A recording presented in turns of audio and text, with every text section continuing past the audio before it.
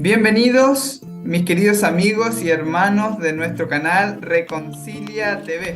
Les agradezco por estar sintonizando esta nueva presentación. Hoy tenemos una charla teológica. No va a ser una entrevista necesariamente. Ya les dejaré a ustedes la entrevista con quien me acompaña, que la ha hecho con el doctor Miguel Ángel. Y nuestro hermano es Juan Ramón. Le invitamos a que pueda sentirse cómodo con nosotros. Le invitamos a ustedes que pueden dejar sus preguntas, sus comentarios, sin ningún problema. Nuestro hermano se define a sí mismo como un teólogo y ha sido un ministro por un par de años en Suiza y Francia, ¿verdad? También ha sido escritor, y me parece que su línea de pensamiento es bastante profunda, lo cual me da la comodidad de poder charlar con él en esta plataforma con un mismo sentir, que es conocer más de Jesucristo. ¿Cómo estás, Juan Ramón? Cuéntanos un Muy poquito. bien, Bastián, bien hallado. Muchísimas gracias por invitarme a esta conversación. Hay dos cosas que me encantan en la vida y es una, hablar, te darás cuenta, y otra es Jesús. Así que hablar de Jesús, hablar de Dios Padre para mí es un auténtico placer y te agradezco muchísimo la oportunidad que me das.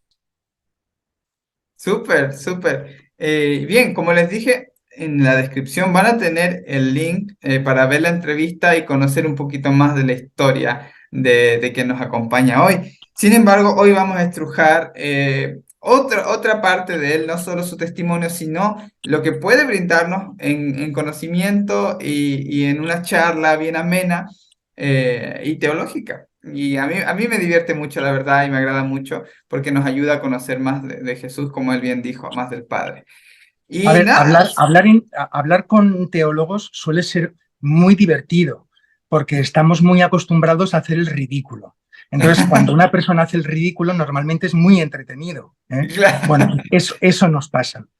ajá, efectivamente, efectivamente.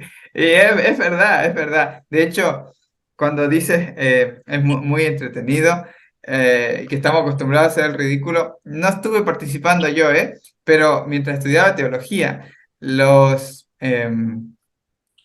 había lo que se llamaba en la universidad las serenatas en el internado, donde habían de diferentes carreras internos en la universidad, pero cada cierto tiempo, o una vez al semestre, se llamaba lo que era la serenata.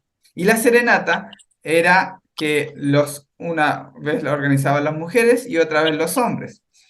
Y cuando lo organizaron un año los hombres, montaron toda una cena elegante para las mujeres, pero hubo todo un show de vedetos, básicamente. Y se vistieron de bomberos y Ujú. bailaron y estuvieron ahí con todo, montaron todo el show.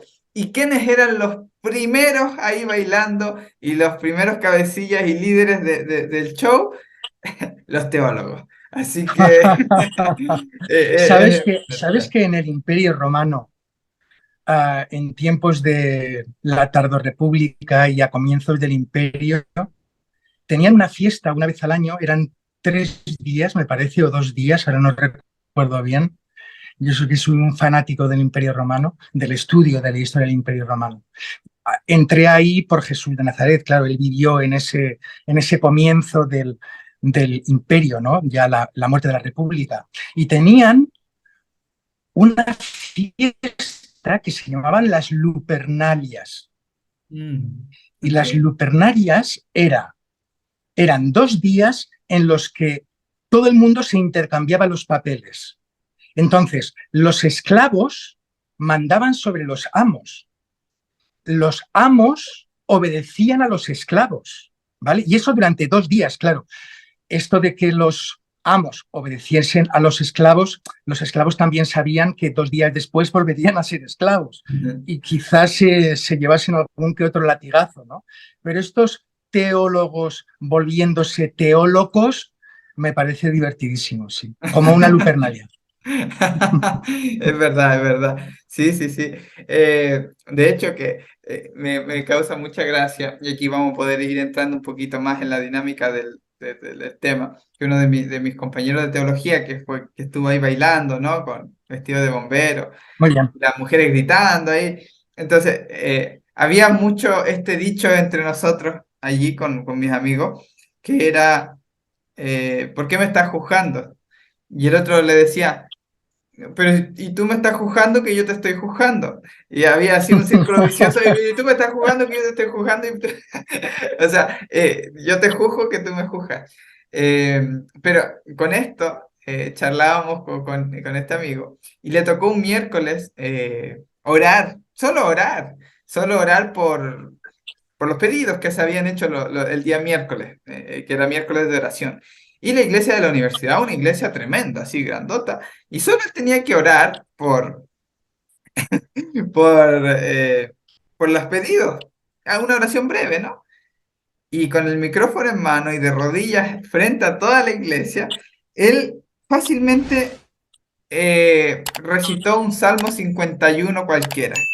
Ten piedad de mí, oh Jehová, conforme a tu misericordia, conforme a la multitud de tus piedades.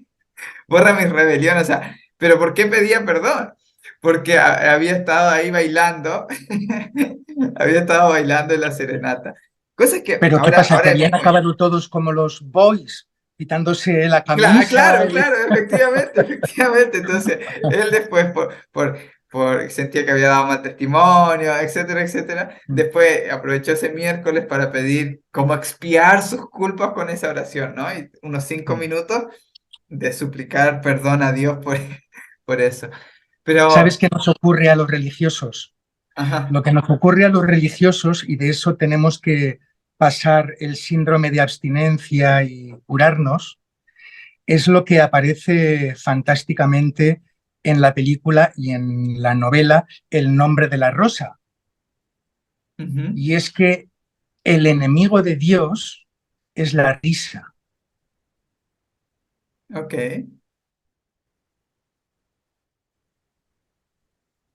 Cuando alguien se ríe, muy estrictos y el que manda allí, el monje que manda allí, les dice a los monjes, el gran enemigo del hombre es, tienes que inspirar para poder echar la carcajada y en ese momento el diablo te entra por la boca.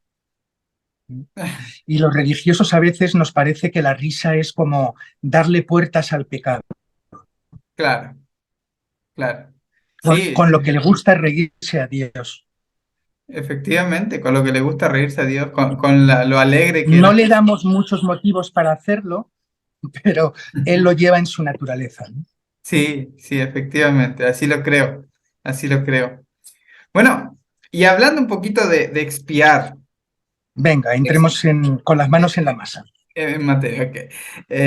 Hablando un poquito de expiar, hoy vamos a definir, para que mis queridos hermanos que estén escuchando, eh, vamos a definir lo que es el concepto de expiación, de intercesión y de propiciación si nos da el tiempo. Bien, esos tres conceptos queremos desarrollarlo, así sea, tocar un poco el punto, pero eh, ampliar un poco la visión acerca de estos tres conceptos tan conocidos dentro de la teología y del cristianismo sobre todo. Tal vez les suene más el concepto de intercesión a la mayoría. La oración intercesora, que Jesús intercede ante el Padre, y a muchos tienen una imagen más ah, común de ello. Pero expiación puede ser un poco más entre círculos teológicos, así que iremos explicando de qué va. Y propiciación también, o sea, es un concepto que poco se escucha y que está escasamente en la Biblia, en unos 2 versículos, pero que también forma parte importante de la teología. Así que quisiera partir explicándonos un poquito lo que es lo que se entiende comúnmente por expiación y de dónde vienen estos conceptos. Ujú. Bueno, a ver, yo lo primero que querría decir es que cualquier cosa que pensemos o digamos sobre Dios tiene que ver con la forma en la que percibimos a Dios, con la forma que creemos que tiene Dios, su forma de ser, su forma de pensar, su forma de actuar. actuar, su forma de vernos a nosotros. Entonces, claro, esta forma puede ser variopinta de muchas maneras. Cada uno seguramente tiene la suya de imaginar, de pensar cómo es Dios. Pero sea cual sea la que tengamos cada uno, quiero leer un texto de Pablo que me parece interesantísimo para empezar a plantar la base de la fuerza que tengamos lo que digamos después, Me ¿vale? parece Y es perfecto. primera de Corintios 13:12. Me parece muy interesante porque además es especular, ¿eh? Y es, ahora se lo sabrán de memoria nuestros videoyentes, ahora vemos como en un espejo, oscuramente, entonces veremos cara a cara. Ahora conocemos en parte, pero entonces conoceré como soy conocido. Los espejos en tiempos de Pablo eran de bronce y deformaban. Y él a propósito escoge la imagen del espejo, una imagen especular, porque sabía que quien probase no se vería como es. Cuando tú pones la cara en esos tiempos en un lago que está amansado, que no tiene aguas bravas, y te miras como eres. Pero cuando te ves en un espejo de bronce, te ves deformado. Y yo creo que eso es lo que quiso decir Pablo cuando escogió la imagen del espejo de bronce. Y es que nosotros miremos como miremos a Dios, hoy por hoy, aquí, lo veremos deformado, ¿vale?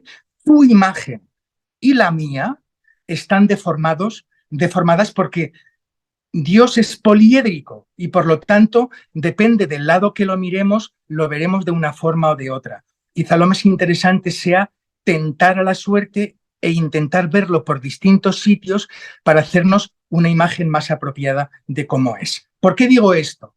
Porque si vemos deformado a Dios como reflejado en un espejo de bronce, tendremos más opciones de pensar si lo que pensamos sobre él no estará equivocado, que podría estarlo. Y en eso toca la expiación.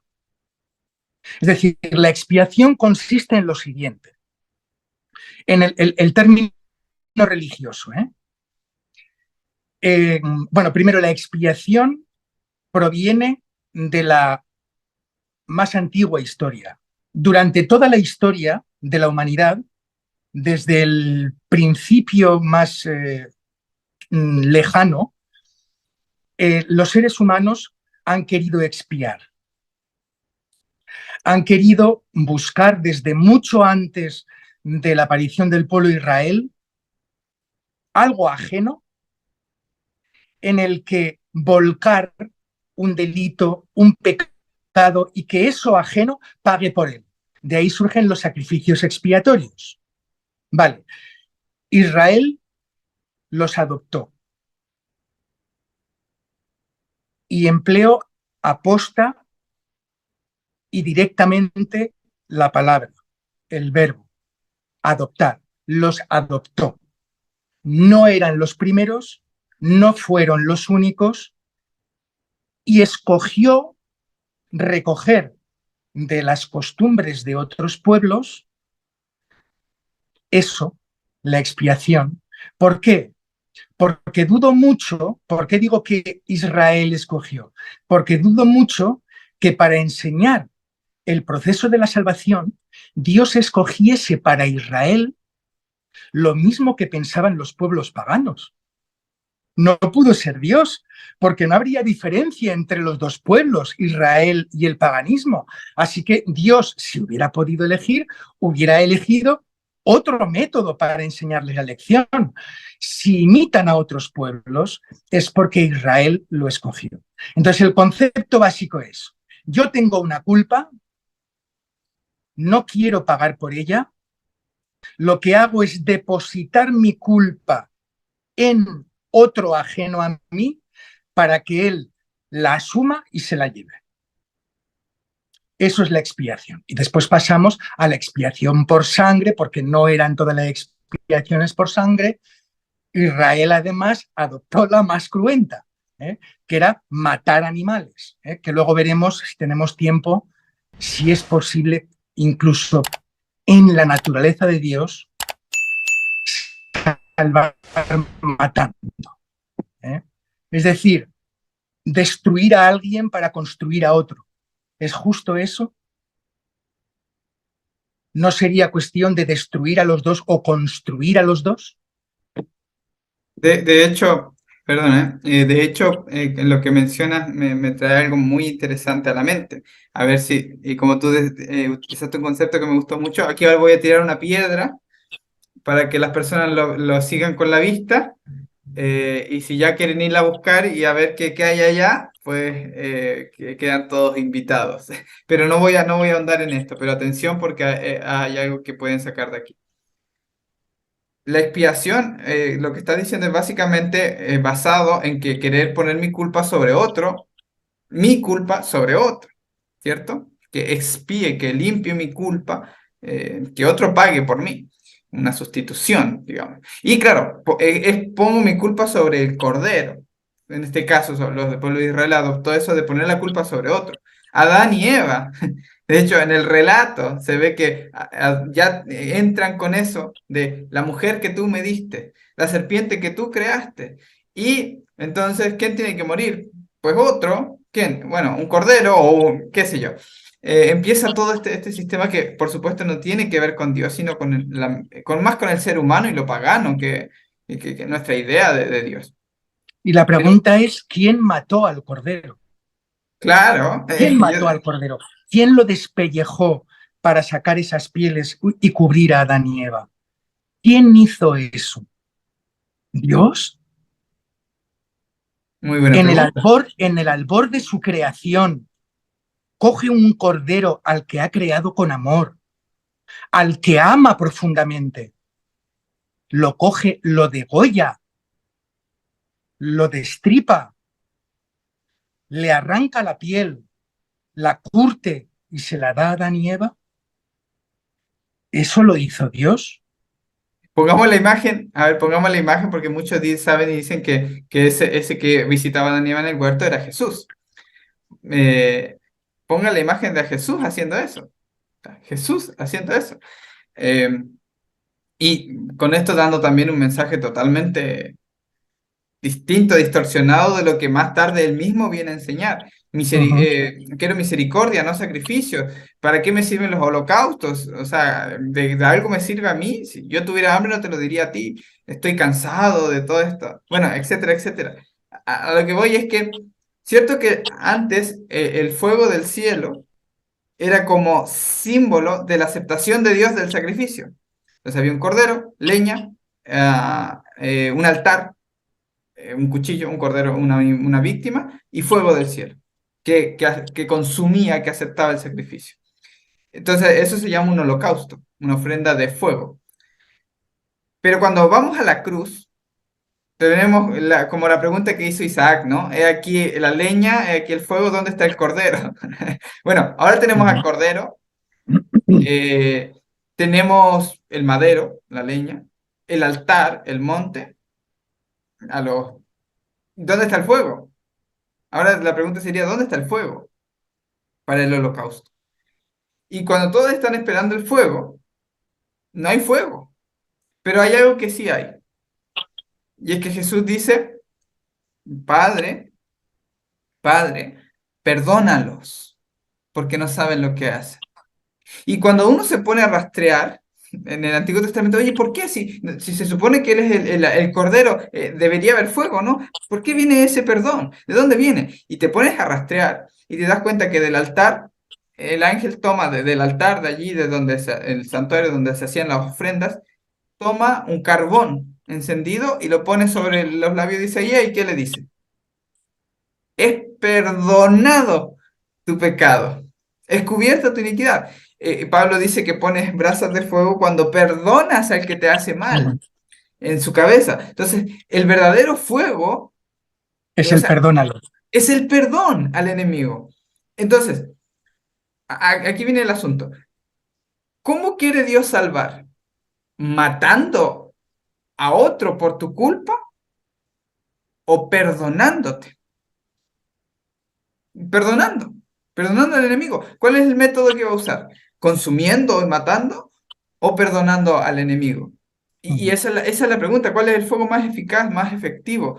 Entonces, cuando estamos frente a un espejo, ya aquí voy, luego te dejo seguir con la idea, pero cuando estamos frente a un espejo que es de bronce, que muchos dicen, le están agregando a la Biblia, le están quitando. No, no, no, es que la traducción debieron, por contexto cultural, los traductores interpretar y poner que era de bronce, que esa era la época, o si alguien... No, y además que Pablo dice que a oscuras, o sea, Claro, a un oscuras, o sea, el contexto. espejo a oscuras, ¿no? Claro, que no tiene sentido, que si alguien solo piensa un poquito, debería preguntarse por qué dice a oscuras, si un espejo yo me veo clarito. Claro, Ujú, entonces, a lo que voy. Fíjate que me gusta mucho la idea de que vemos a Dios a oscuras. Pero luego Pablo dice algo interesante. Conoceré como fui conocido. ujú, Entonces, uno, ¿a quién ve en un espejo? Uno se ve a uno mismo. Pero en un espejo a oscuras todavía no distingue que es uno mismo. En la imagen no se ve nítida de que es uno mismo. Entonces uno está buscando a Dios como en un espejo, ¿no? Como a cara descubierta, como en un espejo, mirándolo. Pero en un espejo uno se ve a sí mismo. A lo que voy es lo siguiente, que en el ocaso de la vida, cuando post-mortem, Cristo, estemos en el vagón de tren, digámoslo así.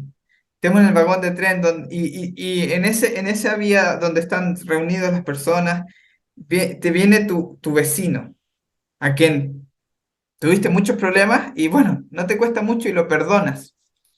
Entonces, pero luego viene el que te hizo mucho daño cuando era joven o que te traicionó y te cuesta, pero lo perdonas. Y tu vecino toma el tren y puede seguir su camino.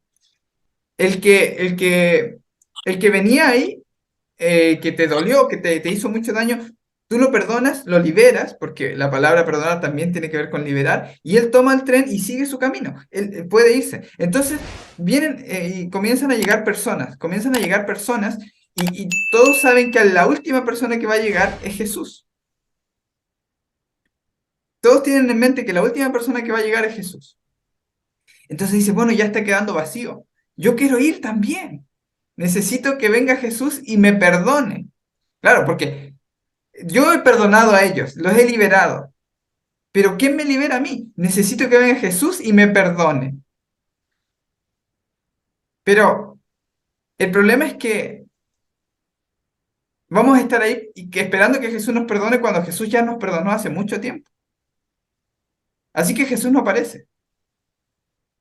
Pero de pronto llega y se sienta alguien al lado y es como ver en un espejo, pero ahora claramente, sin oscuridad. Y esa persona eres tú tal cual. ujú. Y la pregunta es, ¿tú te aceptas tal cual eres? ¿Tú te perdonarías a ti mismo? ¿Tú serías capaz de perdonarte a ti mismo? Porque si no, no consideras que Dios te puede aceptar. O sea, no vas a ser capaz de amar a otros si tú mismo no has sido capaz de perdonarte la culpa. Y yo creo que donde más radica el hacerle la culpa a otro es que uno no es capaz de perdonarse a uno mismo. ¿Te das Ujú. cuenta? Cuando uno más hace daño a otro es porque está enojado consigo mismo. Así que yo creo que en el ocaso de la vida, ya cuando toque arreglar cuentas, reconciliar todas las cosas, cuando llegue el punto de realmente sanarnos, va a ser cuando digamos, sí, este es el que más me cuesta perdonar y va a ser nuestra última parada antes de poder ser libre finalmente. Yo tiro la piedra, vayan a buscarla allá donde caiga y Ujú. investiguen y vean, pero yo hablo de esto desde que creo que esto podría acercarse más a lo que habla Pablo en Hebreos, cuando dice que la verdadera expiación es una limpieza de la conciencia.